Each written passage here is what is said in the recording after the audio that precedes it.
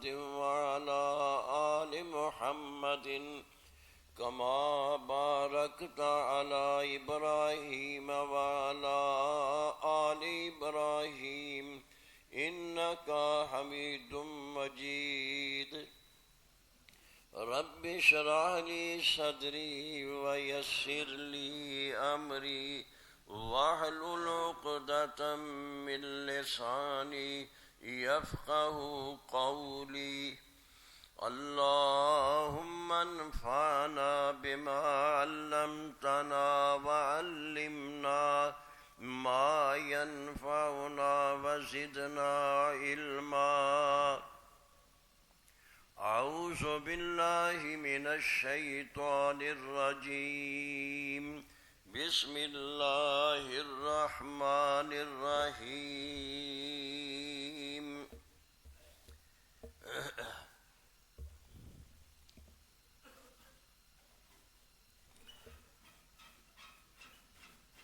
والذين هم على صلواتهم يحافظون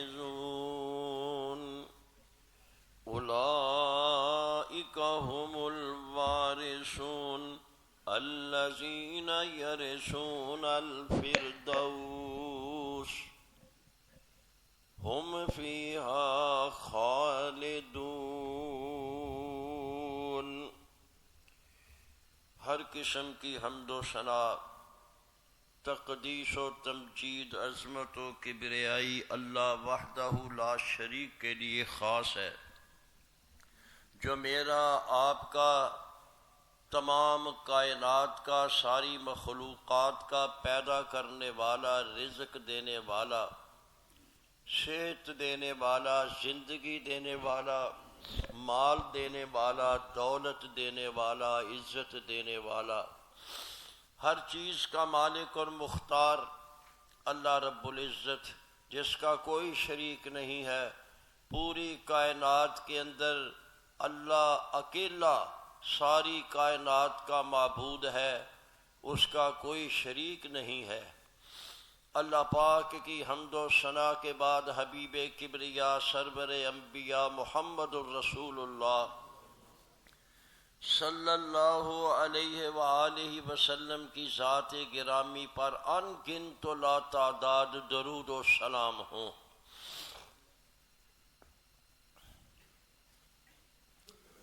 جنہیں اللہ پاک نے میرا آپ کا قیامت تک آنے والی تمام انسانیت کا ہادی اور رہنما بنایا، تمام نبیوں کا سردار بنایا، اور آپ کے اوپر اللہ رب العزت نے نبوت کو کامل اور مکمل کر کے آپ کو خاتم النبیین کے لقب سے نوازا۔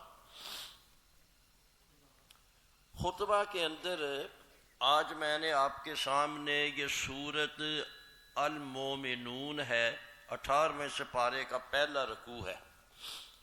اس پہلے رکوع کی آیت نمبر 10 اور 11 دو آیتیں میں نے آپ کے سامنے تلاوت کی ہیں۔ ان آیات مبارکہ کا ترجمہ سن لیجئے، پھر اس کے بعد انشاءاللہ مضمون جو ہے وہ بیان ہوگا۔ اللہ پاک نے ارشاد فرمایا والذین هم علی صلواتہم یحافظون، وہ لوگ جو اپنی نمازوں کی حفاظت کرتے ہیں۔ اولئک هم الوارثون، وہی وارث ہیں۔ کس چیز کے وارث ہیں؟ الذین یرثون الفردوس، وہ جنت الفردوس کے وارث بنیں گے۔ ہم فیہا خالدون، وہ اس جنت کے اندر ہمیشہ رہیں گے۔ جنت کے وارث کون ہیں؟ جو نمازی ہیں، جو اپنی نمازوں کی حفاظت کرتے ہیں۔ اللہ پاک نے یہاں لفظ حفاظت کا بولا ہے۔ جو نمازوں کی حفاظت کرتے ہیں، اللہ پاک نے فرمایا وہ لوگ جنتی ہیں، وہ جنت الفردوس کے وارث بن جائیں گے، مالک بن جائیں گے۔ آج کے خطبہ کے اندر نماز کی اہمیت اور فضیلت، اور خصوصی طور پر جماعت کے ساتھ نماز کو ادا کرنے کے بارے میں بیان ہے، اور یہ بیان میرے اسی مسلسل مضمون کا حصہ ہے جس میں میں آپ کے سامنے ایسے اعمال کا بیان کر رہا ہوں جو جنت میں لے جائیں گے۔ کئی اعمال ہیں جو جنت میں لے جانے والے اعمال ہیں، ایک نہیں بے شمار اعمال اللہ کے نبی نے بتائے ہیں کہ جو یہ کام کرے گا وہ جنت میں جائے گا۔ ان کاموں کے اندر آج کے خطبہ میں ایک کام بیان کر رہا ہوں جو نماز ہے، نماز کی حفاظت ہے۔ نماز کی شان اور فضیلت قرآن نے بیان کی ہے کہ جو لوگ اپنی نمازوں کی حفاظت کرتے ہیں وہ لوگ جنت کے مالک بن جائیں گے۔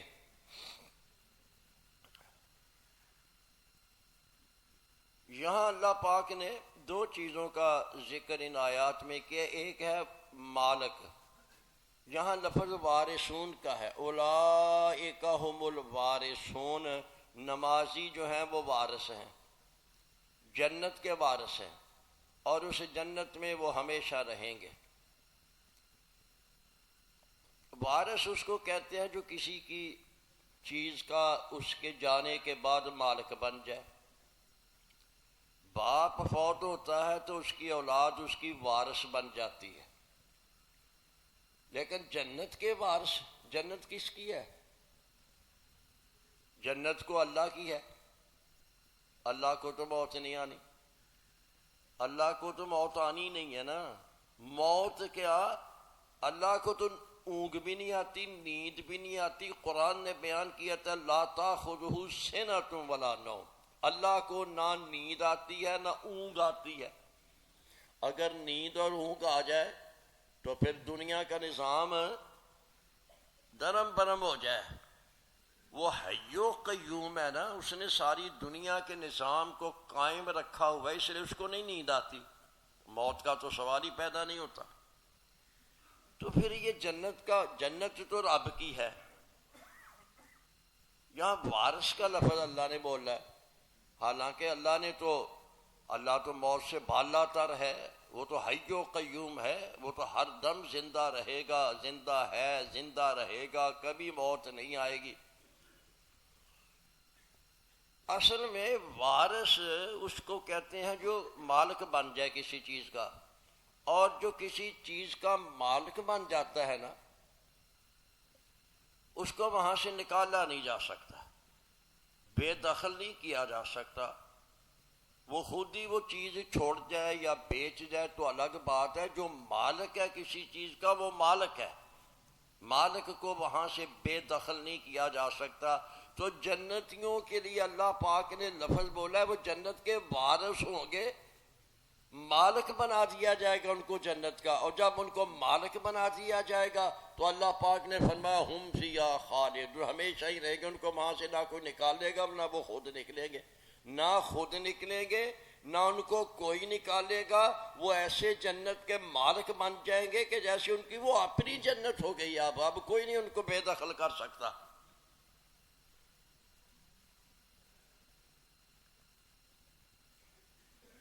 دوسرا لفظ جو ان آیات میں ہے وہ ہے جو اپنی نمازوں کی حفاظت کرتے ہیں، یحافظون۔ یحافظون کا لفظ جو ہے وہ محافظت سے بنا ہے، کسی چیز کی حفاظت کرنا، نماز کی حفاظت کرنا، یہی میرا مضمون ہے آج۔ جو نماز کی حفاظت کریں گے، اللہ کا قرآن کہہ رہا ہے، سورۃ المومنون ہے، 18واں سپارہ ہے، پہلا رکوع ہے، اللہ پاک فرما رہے ہیں جو نماز کی حفاظت کریں گے وہ جنت کے مالک بنا دیے جائیں گے، کوئی جنت سے ان کو نکال نہیں سکے گا، نہ کوئی بے دخل کرے گا، نہ میں نکالوں گا نہ وہ خود نکلیں گے، نہ اور کسی کی طاقت ہوگی، کیونکہ وہ تو مالک بن گئے نا۔ اب کس عمل کی بنا پر وہ جنت کے مالک بن گئے ہیں؟ نماز کی حفاظت۔ نماز ایک ایسا عمل ہے جو بندے کو جنت میں پہنچائے گا، اور جو نماز نہیں پڑھتا نماز کی حفاظت نہیں کرتا وہ جنت میں نہیں جائے گا۔ وہ کدھر جائے گا؟ جو نماز نہیں پڑھتا، نماز کی حفاظت نہیں کرتا، نماز کی پابندی، وہ کدھر جائے گا؟ قرآن نے یہ بات بھی کھول دی ہے، فرمایا جب جہنمی جہنم کے اندر چلے جائیں گے تو ان سے پوچھیں گے فرشتے ما سلککم فی سقر، آج تمہیں اس جہنم میں کون سے عمل نے داخل کر دیا ہے کہ تم جنت سے محروم کر دیے گئے ہو اور اس جہنم کے اندر جا رہے ہو؟ وہ کون سا تمہارا کام تھا جس کی وجہ سے تم جہنم کے اندر آ گئے ہو؟ تو وہ پتہ کیا کہیں گے؟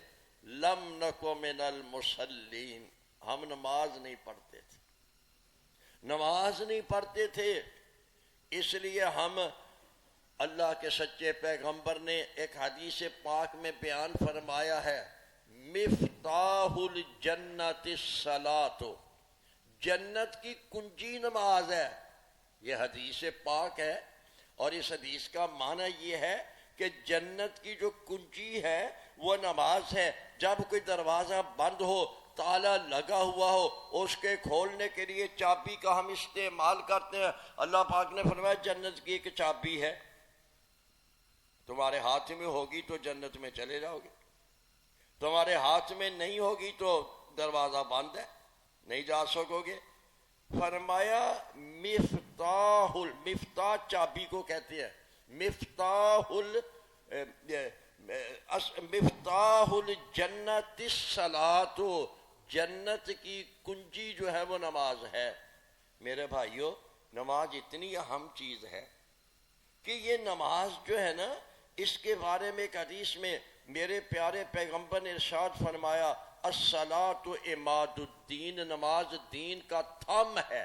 عماد کا معنی تھم ہوتا ہے، تھم یعنی جس کے اوپر کوئی چیز کھڑی ہوتی ہے، جس کے سہارے پر۔ تو دین کی عمارت جو ہے وہ نماز کی بنیاد کے اوپر کھڑی ہے، جس کی نماز نہیں اس کا دین نہیں ہے۔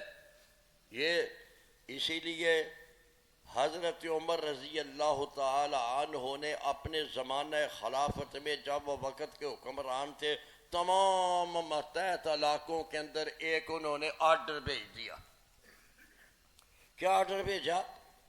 فرمایا یہ آرڈر پڑھ لو، حضرت عمر کا آرڈر ہے، تمام علاقوں کے جو گورنر ہیں ان کے نام۔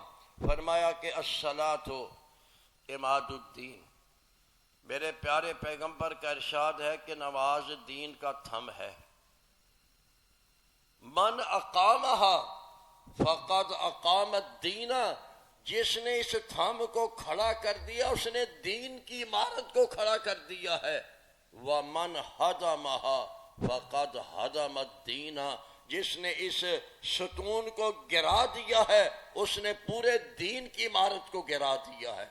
یہ آرڈر تمام حکومت کے گورنروں کے نام، انہوں نے حضرت عمر نے یہ مراسلہ لکھا کہ رعایا کو بتا دو، نماز جو ہے نا، یہ نماز ایک ایسی چیز ہے کہ ایک حدیث میں فرمایا الصلاۃ معراج المومنین، نماز مومنوں کی معراج ہے۔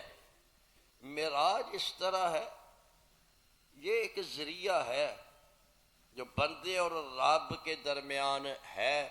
بندہ نمازی ہے تو اس کا رب سے تعلق ہے، جو بندہ بے نماز ہے اس نے رب سے تعلق توڑ دیا ہے۔ اس لیے نماز جو ہے مومن کے لیے ایک معراج کا درجہ رکھتی ہے۔ جب بندہ نماز کے اندر کھڑا ہو جاتا ہے یا رکوع میں چلا جاتا ہے یا سجدے میں چلا جاتا ہے تو اس کا اپنے رب کے ساتھ ایک تعلق جڑ جاتا ہے۔ یہی ہے معراج مومن کی، کہ مومن نماز کے اندر جب ہوتا ہے تو اپنے رب سے اس کا تعلق قائم ہوتا ہے، جب نماز چھوڑ دیتا ہے تو بس ختم ہو گیا۔ حدیث پاک میں آتا ہے کہ جب بندہ مر جاتا ہے تو بندے کو قبر میں رکھا جاتا ہے اور قبر میں دو فرشتے آتے ہیں، اور حدیث کے الفاظ ہیں عربی میں فَيُقْعِدَانِهِ، وہ فرشتے اس کو کھڑا کر کے بٹھا دیتے ہیں۔ قبر اتنی گہری ہونی چاہیے کہ جس میں بندہ اٹھ کے بیٹھ سکے، کھڑا ہونے کی اتنی گہری کرنے کی ضرورت نہیں کہ کھڑا ہو سکے، جس میں وہ بندہ اٹھ کے نا، جیسے چارپائی پر تم سوئے ہوئے لیٹے ہوئے تو اٹھ کو بیٹھ جاؤ، قبر اتنی کم از کم کھلی ہونی چاہیے، گہری ہونی چاہیے کہ بندہ اٹھ کے بیٹھ جائے، کیونکہ اللہ کے نبی نے ارشاد فرمایا کہ دو فرشتے قبر میں آتے ہیں فَيُقْعِدَانِهِ، وہ اس قبر والے کو بٹھا دیتے ہیں اور ایک دفعہ اس کے جسم میں روح ڈال دی جاتی ہے دوبارہ، ایک دفعہ دوبارہ اس کی روح کو لا کر اس کے جسم میں داخل کر دیا جاتا ہے تاکہ اسے سوال و جواب پوچھا جائے۔ تو قبر میں 3 سوال پوچھے جاتے ہیں، مر ربو کا، تیرا رب کون ہے، ما دینو کا، تیرا دین کیا ہے، اور ومن نبیو کا، تیرا نبی کون ہے۔ تو یہاں دین کی جو بات ہے نا، وہ دین کیا ہے، قبر میں فرشتہ پوچھتا ہے کہ تیرا دین کیا ہے۔ دین میں بنیاد، وہ کہتے ہیں میرا دین اسلام ہے۔ جو مومن بندہ ہوتا ہے نا، نمازی بندہ ہوتا ہے، وہ کہتا ہے میرا دین اسلام ہے، میں دن میں 5 دفعہ اپنے رب کے سامنے جھکا کرتا تھا۔ اسلام کا معنی ہی جھکنا ہے۔ جو بے نمازی ہے اس نے اپنے رب کے سامنے سر نہیں جھکایا ہے۔ جو نمازی ہے دن میں 5 بار اپنے رب کے سامنے جھکتا ہے، وہ قبر کے اندر بندہ کہتا ہے میرا دین اسلام ہے، میں رب کے سامنے دن میں 5 دفعہ سر جھکاتا تھا۔ نماز جو ہے نا، یہ بندے کا رب سے ایک تعلق ہے۔ نماز، جس بندے نے نماز کو چھوڑ دیا، نماز کو ترک کر دیا، نماز کی حفاظت نہیں کی، اس نے اپنا تعلق اپنے مالک سے توڑ دیا ہے، اس لیے اس کا مالک اس کے ساتھ ناراض ہو گیا ہے۔ اور جس نے نماز نہیں پڑھی، بے نماز ہے، 5 دفعہ اپنے مالک کے سامنے جس نے گردن نہیں جھکائی ہے، وہ پتہ قبر میں کہتا ہے ہاں لا ادری، مجھے تو کوئی پتہ نہیں میرا دین کیا تھا، میں تو دین کو جانتا ہی نہیں ہوں، دین تو جھکنے کا نام تھا، میں تو رب کے سامنے جھکا ہی نہیں ہوں، مجھے نہیں پتا دین کیا ہوتا ہے، دین کسے کہتے ہیں۔ اس کو یہ کہنا آئے گا ہی نہیں کہ میرا دین اسلام ہے۔ جو بے نماز ہے نا، اس کے منہ کو نکلے گا نہیں میں نمازی سا، میں اسلام تے اتے قائم سا۔ حضرت جبرائیل امین ایک دفعہ نبی پاک صلی اللہ علیہ وسلم کی خدمت میں انسانی شکل میں حاضر ہوئے، انہوں نے 4 سوال پوچھے۔ انہوں نے پہلا سوال یہ تھا مل اسلام و یا رسول اللہ، اے اللہ کے نبی اسلام کیا چیز ہے؟ تو آپ نے فرمایا کہ اسلام یہ ہے کہ تو گواہی دے کہ اللہ کی توحید کی اور سچے پیغمبر کی رسالت کی گواہی دے، پھر نماز، پھر روزہ، پھر زکوٰۃ، پھر حج، یہ اسلام ہے۔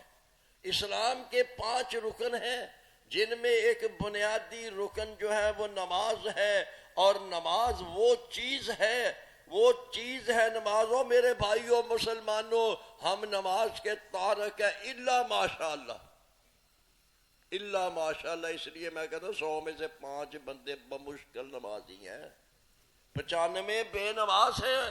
اور بے نمازوں کا کیا حال ہوگا، کیا حشر ہوگا۔ ایک دن ایک صحابی آیا، اللہ کے پاک پیغمبر سے سوال پوچھے، اس نے 3 بار سوال کیے، اللہ کے نبی نے جواب ارشاد فرمائے، کہنے لگا اے اللہ کے نبی ای الاعمال افضل، تمام اعمال جو ہیں دین کے اسلام کے، ان میں سے سب سے افضل، سب سے اعلیٰ، سب سے بلند ترین عمل کون سا ہے؟ تو آپ نے فرمایا الصلاۃ لوقتہا، نماز کو وقت کے ساتھ ادا کر۔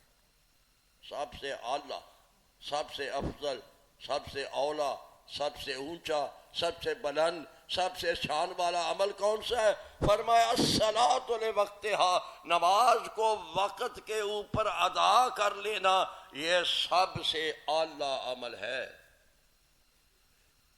میری بہنوں، میری بیٹیوں، گھر میں بے شمار آپ کو کام ہوتے ہیں۔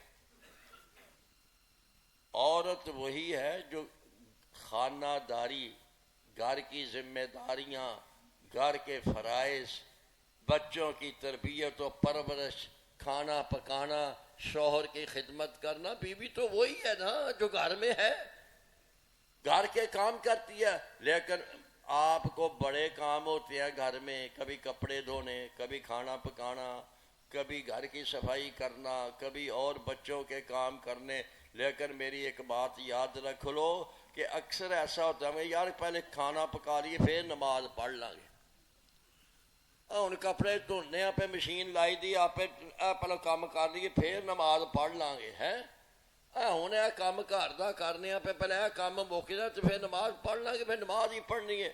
نہ بھائی میرے بھائی، جو اللہ کے نبی نے فرمایا نا کہ تمہارے تمام کاموں میں سے سب سے اعلیٰ اور افضل کام تمہارا نماز ہے، نماز کو وقت پر ادا کرنا، سارے کام باقی پیچھے کر دو، سب سے اول نماز ہے۔ کھانا بعد میں، کپڑے بعد میں، گھر کی صفائی بعد میں۔ فرمایا یہ اللہ کے نبی نے جو فرما دیا کہ نماز کو وقت پر ادا کر لو، اس کا معنی یہ ہوا کہ جب آسان ہو جائے، جب نماز کا وقت ہو جائے تو سارے کام چھوڑ دو۔ پہلے میری بہنوں، میری بیٹیوں، سب سے پہلے اپنا کام جو کرو وہ نماز ہے، کیونکہ کام وہ اللہ کا کام ہے۔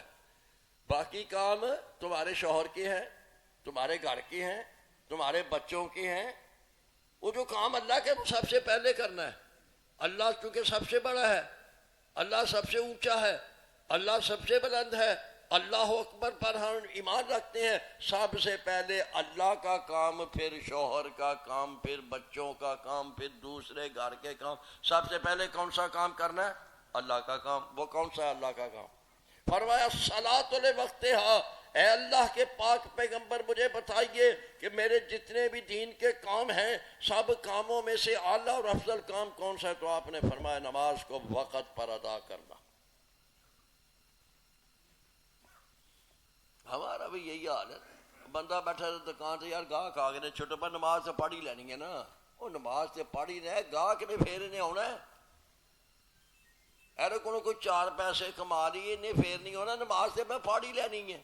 نہ بھائی، جو اس کا مطلب ہے کہ تمہارے سارے کاموں میں سے وہ کام افضل ہے جو وقت پر کرنا ہے، اور وہ نماز کا کام ہے، اس لیے نماز جو ہے نا سارے کاموں سے پہلے، سارے کاموں سے پہلے کیا ہے؟ نماز۔ صحابی پوچھنے لگا اے اللہ کے پیغمبر پہ نماز کے بعد؟ نماز تو میں نے پڑھ لی وقت پر، سمجھ کی بات سمجھ میں آ گئی، سارے کام پیچھے کرنے پہلے نماز، سارے کام پیچھے کرنے ہیں پہلے نماز، نماز پہلے سارے کام پیچھے۔ کہنے لگا پھر اس کے بعد نماز کے بعد کون سا کام سب سے اعلیٰ اور افضل ہے؟ نبی پاک علیہ الصلوۃ والسلام نے فرمایا بر الوالدین، پھر ماں باپ۔ کیا؟ ماں باپ کے ساتھ نیکی، ماں باپ کے ساتھ حسن سلوک، ماں باپ کی خدمت، ماں باپ کا ادب، ماں باپ کی خدمت، ماں باپ کے کام۔ حقیقت بھی یہی ہے کہ سب سے پہلے ہمارے اوپر حق ہے اللہ کا، اللہ کے بعد کس کا حق ہے؟ ماں باپ کا۔ اللہ پیدا کرنے والا ہے نا، ماں جنم دینے والی ہے، اور باپ اس جنم دیے ہوئے بچے کو پالنے والا ہے۔ اللہ نے کہا سب سے پہلے میرا حق ادا کر لے، پھر اس کے بعد دوسرے نمبر پر اپنے ماں باپ کا حق ادا کر لے۔ قرآن نے فرمایا سورہ بنی اسرائیل 15 پارہ وَقَضَىٰ رَبُّكَ أَلَّا تَعْبُدُوا إِلَّا إِيَّاهُ وَبِالْوَالِدَيْنِ إِحْسَانًا۔ اللہ نے تو یہ فیصلہ کر دیا ہے کہ سب سے پہلے اللہ کا حق، پھر ماں باپ کے ساتھ اس نے سلوک۔ دو سوال ہو گئے نا، یاد رکھنا ہے سبق۔ پہلا کون کہڑا سی؟ نماز۔ دوجا ماں باپ۔ ماں باپ، ماں تے باپ وہ خوش قسمت جنہ دے دوویں جیوندے نے، اور جن کے دو نہیں ہیں، ایک زندہ ہے ایک بھی زندہ ہے، تو اللہ کے نبی نے فرمایا تمہارے گھر میں جنت ہے، جنت تمہارے گھر کے اندر ہے، وہ ایک تمہاری ماں زندہ ہے یا ایک تمہارا باپ زندہ رہ گیا ہے۔ پہلے تیرے لیے جنت کے دو دروازے کھلے تھے، اب ایک بند ہو گیا اس کے مرنے کے ساتھ، دوسرا دروازہ بھی کھلا ہے، اس کی خدمت کر لے۔ پھر تیسرے نمبر پر پوچھا صحابی نے ثم ایون، پھر اے اللہ کے نبی پھر اس کے بعد کون سا کام؟ سمجھ آ گئی نا؟ پہلے نماز، پھر ماں باپ کے ساتھ اس نے سلوک، پھر تیسرا، فرمایا ثم الجہاد فی سبیل اللہ، پھر اللہ کے راستے میں جہاد کا کام ہے۔ ترتیب میں اس طرح بیان کیا، پہلے نماز، کیونکہ نماز ایک ایسا عمل ہے جو عین جہاد کے اندر بھی معاف نہیں ہوتا۔ اب دیکھو جہاد کوئی آسان کام نہیں، اور جہاد سوکھا کام نہیں، وہ کہندے نے جنگ کھیڈ نہیں ہوتی جنانیاں دی، اوکھا کام ہے جہاد، یہ جان جوکھوں کا کام ہے۔ لیکن نماز جہاد کے اندر بھی معاف نہیں ہوئی۔ ایک دن ایسا ہو گیا، جنگ خندق کا موقع تھا، جنگ اتنی تیز ہوئی سارا دن نماز کا ٹائم ہی نہیں ملا۔ جنگ بند ہوتی درمیان میں تھوڑا ٹائم ہے تو اس میں نماز پڑھ لیتے نا۔ ہائے ہائے کیسا منظر ہے میرے مالک کا، اپنے رب کے ساتھ تعلق کا، سامنے دشمن کی فوج کھڑی ہے، ادھر اسلامی فوج کھڑی ہے، ادھر نماز کا ٹائم ہو گیا ہے۔ فرمایا بھئی جنگ رکی ہوئی ہے، ایسے کرو آدھی فوج نماز پڑھ لے، آدھی دشمن کے سامنے ہتھیار لے کر کھڑی ہو جائے، کہیں ایسا نہ ہو کہ تم سارے نماز میں سجدے میں چلے جاؤ اور تمہارا دشمن تمہیں قتل کرنے لگ جائے۔ آدھے دشمن کے کو روک کے رکھو، آدھے نماز پڑھو۔ نماز تو وہ جو جنگ میں بھی معاف نہیں ہوئی۔ لیکن ترتیب دیکھو، عام حالات میں فرمایا پہلے نماز، پھر ماں باپ، پھر اس کے بعد جہاد۔ جہاد ماں باپ کی اجازت کے بغیر نہیں، اجازت لینی شرط ہے۔ لیکن وہ جب جہاد کا موقع آیا، جب سارے نمازی بن گئے، جب سارے ماں باپ کے اس حقوق کو سمجھ گئے، تو پھر اللہ کے نبی نے پھر جب جہاد کی بات کی تو فرمایا ذروۃ سنام الجہاد، اسلام کی جو کوہان ہے اس کی چوٹی جو ہے وہ جہاد ہے۔ یار یوں سمجھا اونٹ ہوتا ہے، اونٹ کے اوپر بلند کوہان ہوتی ہے، کوہان کے اوپر جو چوٹی ہے، فرمایا سب سے بلند عمل جہاد ہے۔ سمجھ گئے کہ نہیں بات؟ عام حالات میں پہلے نماز، پھر والدین، پھر جہاد۔ لیکن جب جہاد آ گیا ہے، جہاد سر پر کھڑا ہو گیا ہے، دشمن ہتھیار لے کر تمہارے اوپر چڑھ گیا ہے، پھر فرمایا ذروۃ سنام الجہاد، اسلام کا جو اونٹ ہے اس کی جو کوہان ہے، کوہان کا سب سے اوپر والا جو حصہ چوٹی ہے، فرمایا وہ جہاد ہے۔ جہاد کا اتنا مقام۔ میں عرض کر رہا تھا وہ جنگ خندق جو تھی نا، اس میں ایک دن ایسا آیا کہ سارا دن ہی جنگ ہوتی رہی۔ نماز کا ٹائم آیا تو چونکہ لڑائی بند نہیں ہوئی تھی، اگر بند ہوتی نا تو نماز ادا کر لیتے، بند نہیں ہوئی لڑائی، جنگ بند نہیں ہوئی۔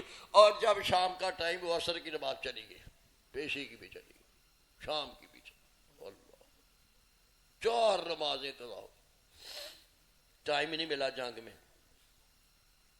اگر جنگ رکتی تو پہلے نماز تھی، جنگ رکی نہیں۔ جب رکی نا شام کے وقت، اللہ کے نبی نے ساری نمازیں اکٹھی ادا کی اور فرمایا اور جن کے ساتھ مقابلہ تھا وہ یہودی تھے، مدینہ کے، مکہ کے کافر تھے، فرمایا ملأ اللہ بیوتہم وقبورہم نارا، اللہ ان کی قبروں کو اور ان کے گھروں کو آگ سے بھر دے، کیونکہ اضاعوا الصلاۃ، انہوں نے ہماری نمازیں برباد کر دی۔ سب سے زیادہ فکر نماز کی، اور کبھی اللہ کے پیغمبر نے کسی دشمن کے لیے بھی بد دعا نہیں کی۔ آج یہ بد دعا زبان سے نکل گئی کہ اللہ ان کے گھروں کو بھی آگ سے بھر دے، اللہ ان کی قبروں کو بھی آگ سے بھر دے کہ انہوں نے ہماری نماز ہمیں پڑھنے کا موقع دیا، اضاعوا الصلاۃ، انہوں نے ہماری نماز برباد کر دیا۔ نماز کی حفاظت دیکھو، یہ نماز کی حفاظت کے بارے میں ایک حدیث ہے میرے پاس لکھی ہوئی، میں اوپر سے آپ کو یہ حدیث ہے، چونکہ الفاظ عربی میں تاکہ آگے پیچھے نہ ہو جائے اس لیے میں یہ لکھ لیتا ہوں۔ ابو داؤد شریف، نسائی شریف، صحیح ابن حبان، یہ 3 کتابیں حدیث کی ہیں، ان کے حوالے سے یہ میں حدیث آپ کو پوری پڑھ کر سنانے لگا ہوں، ٹائم تو رہ گیا تھوڑا، ابھی میرا مضمون شروع ہی ہوا ہے۔ نماز بھائی بڑی اہم چیز ہے، میں یہ بتا رہا ہوں کہ نماز جنت میں جانے کا ذریعہ ہے۔ ہم نے نماز ہی چھوڑ دی ہے۔ وہاں قرآن نے نماز کی حفاظت کا کہا ہے. ایک جگہ قرآن میں آیا حافظوا علی الصلوات، ساری نمازیں 5 ان کی حفاظت کرو، والصلاۃ الوسطی، خصوصی طور پر عصر کی نماز کی حفاظت کرو. اور ایک جگہ قرآن میں فرمایا والذین هم علی صلاتہم دائمون، جو اپنی نماز ہمیشہ پڑھتے ہیں. ایک ہے ہمیشگی، ایک ہے حفاظت.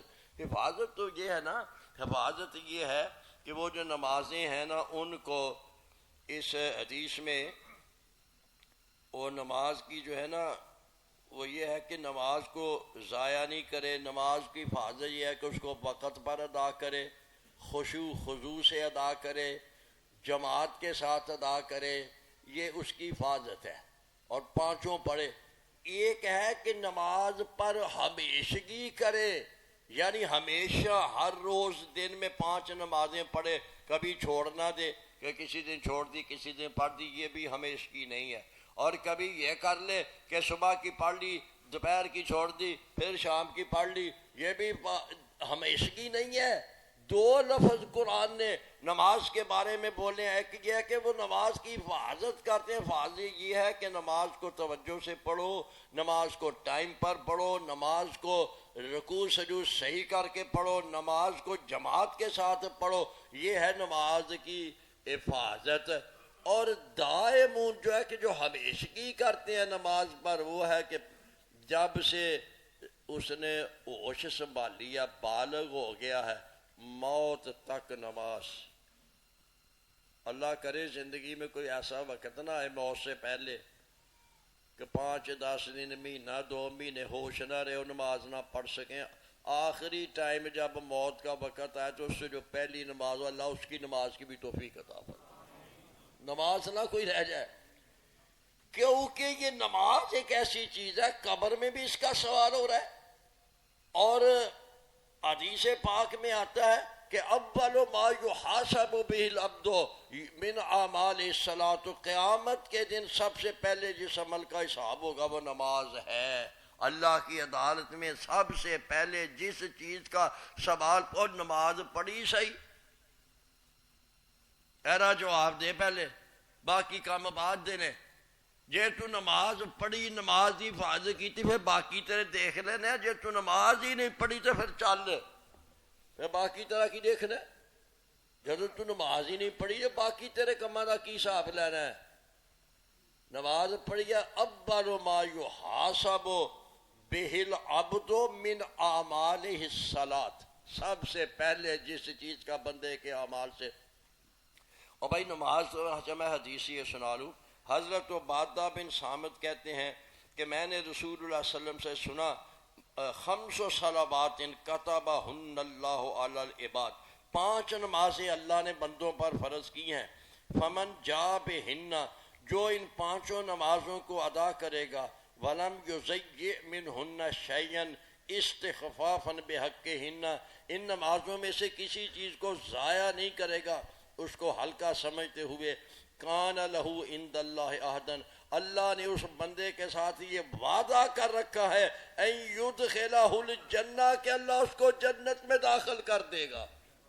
نماز جنت میں لے جانے والا عمل ہے. اور آگے جو نہیں پڑھے گا، وَمَن لَّمْ يَأْتِ بِهِنَّ، جو یہ 5 نمازیں نہیں ادا کرے گا، فَلَيْسَ لَهُ عِندَ اللَّهِ عَهْدٌ، اللہ کا اس کے ساتھ کوئی وعدہ نہیں ہے. ان شاء عذبہ، اللہ اگر چاہے گا تو اس کو جہنم میں عذاب دے گا. ان شاء ادخلہ الجنہ، اگر اللہ چاہے گا، اس کی مرضی ہوگی کہ اس کا اور عمل کوئی اچھا ہوگا تو جنت میں بھیج دے. اور بنیاد تو نماز ہے نا، اول چیز نماز ہے.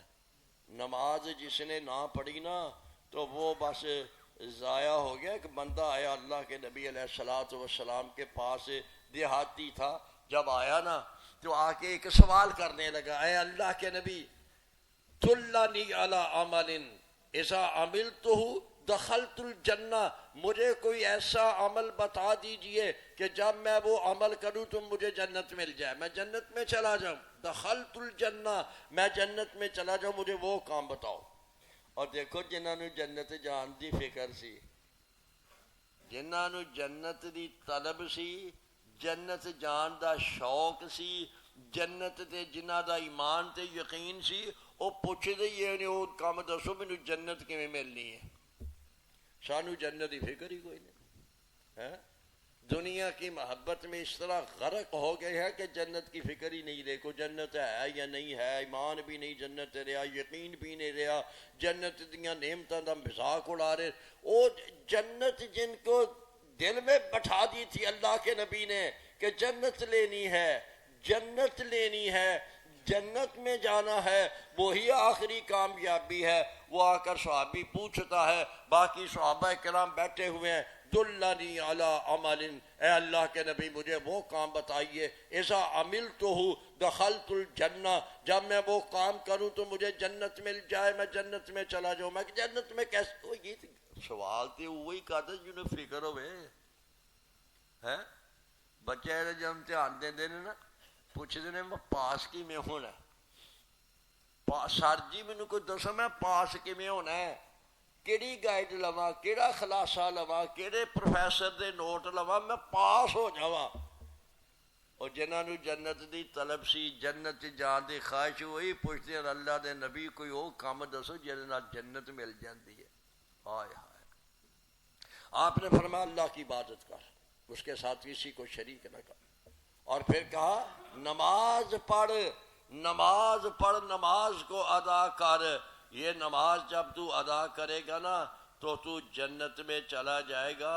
نماز جب تو ادا کرے گا ہے، 5 نمازیں دن میں پڑھے گا تو جنت مل جائے گی، جنت میں چلا جائے. جنت میں جانے کا تو معیار ہی اللہ کے نبی نے. اور دیکھو ٹائم تھوڑا رہ گیا، میرا مضمون پھیلتا جا رہا ہے. آج ہی میں نے یہ ختم کرنا ہے مضمون. نماز، نماز کی اہمیت، نماز جنت میں لے جانے والا عمل ہے، نماز ہی کامیابی ہے، نماز ہی جنت کی کنجی ہے. اوے اللہ کے نبی ایک دن فرمانے لگے، سنو ذرا غور سے، کوئی صحابی بے نمازی نہیں تھا، کوئی صحابی. اس وقت مدینہ میں کچھ لوگ ایسے تھے جو اندر سے منافق تھے، اوپر سے مسلمان بن گئے. وہ بھی نماز چھوڑ نہیں سکتے تھے، لیکن ہوتا یہ تھا کہ وہ نماز میں جان بوجھ کر بعد میں آتے. 2 رکعتیں گزر گئیں، آگے رل گئے، اور نہ ہی رکھانا سی نا کہیں بھی نماز پڑھنے وچوں تے ٹھڈوں تے ایمان ہے ہی نہیں سی انہاں، منافق سن.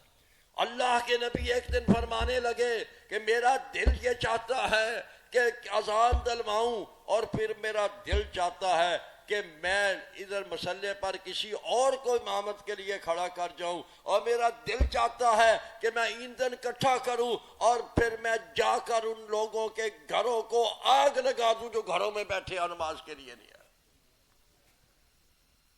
کوئی صحابی تھا جو نماز نہیں پڑھتا تھا؟ نہیں. یہ منافقوں کے بارے میں ہے. وہ اوپر سے بتاتے تھے کہ ہم بھی مسلمان ہیں اور نماز بھی آ کر پڑھتے تھے، لیکن قرآن نے ان کے بارے میں فرمایا نماز تو یہ پڑھتے ہیں، لا یاتون الصلاۃ الا وهم کسالى ولا ينفقون الا وهم کارہون. وہ نماز پڑھتے ہیں ٹوٹے ہوئے دل سے، اور وہ جو خرچ بھی کرتے ہیں نا، تو دل وچ تے ایمان ہے ہی نہیں.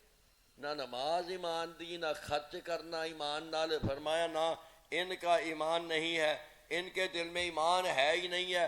وہ ان کے بارے میں اللہ کے نبی نے فرمایا کہ جو ایسے لوگ نماز سے پیچھے رہ جاتے ہیں، کبھی تکبیر اولا چھوڑ دیتے ہیں، کبھی آخری رکعت میں آ کر مل جاتے ہیں، کبھی نماز امام سلام پہ دیتا ہے پھر آ کر مل جاتے ہیں. فرمایا میرا دل چاہتا ہے کہ ان کے گھروں کو آگ لگا دو. ہاں البتہ ایک بات ہے کہ عورتیں بھی ہیں کچھ جن پر نماز جماعت سے فرض نہیں ہے، چھوٹے معصوم بچے بھی ہیں جن پر نماز ابھی فرض نہیں ہوئی ہے. اگر ان کا خیال نہ ہوتا تو میں محمد الرسول اللہ یقین کے ساتھ تمہیں کہتا ہوں کہ میرا یہ دل چاہتا ہے کہ میں ان کے گھروں کو آگ لگا دوں جو نماز نہیں پڑھتے. ایک دن عام 5 نمازوں کے بارے میں فرمائی یہ بات، اور ایک دن ایسا آیا کہ جمعے کا دن تھا. جمعے کے اندر اللہ کے نبی نے اعلان فرما دیا کہ میرا دل یہ چاہتا ہے کہ کوئی بندہ اذان کلواؤں اور پھر ادھر کوئی خطبہ دینے کے لیے کھڑا کروں اور نماز پڑھانے کے لیے، اور میں جا کر ایندھن اکٹھا کروں اور ان لوگوں کے گھروں کو آگ لگا کر جلا دوں جو جمعہ پڑھنے کے لیے آئے نہیں ہیں. وہ جمعہ ہو رہا دکانیں کھول کے بیٹھے تھے، جمعہ ہو رہا کاروبار کری جا رہے ہیں، جمعہ ہو رہا جمعے کی نماز بھی نہیں پڑھی. فرمایا میرا دل چاہتا ہے. یہ دو حدیثیں ہیں, ایک 5 نمازوں کے بارے میں ہے اور ایک خصوصی طور پر جمعے کے بارے میں ہے. اللہ کے نبی کو کتنا. اور دیکھو جماعت کے ساتھ نماز ادا کر لینا, ٹائم تھوڑا رہ گیا, اتنی فضیلت ہے. 27 نمازوں کا ثواب ہے. گھر میں پڑھو گے تو ایک نماز, مسجد میں پڑھو گے جماعت کے ساتھ پڑھو گے تو 27 نمازوں کا ثواب مل جائے گا. اس لیے جماعت کے ساتھ نماز کو ادا کرنا اور پہلی تکبیر میں ملنا بڑا درجہ, بڑا ثواب ہے.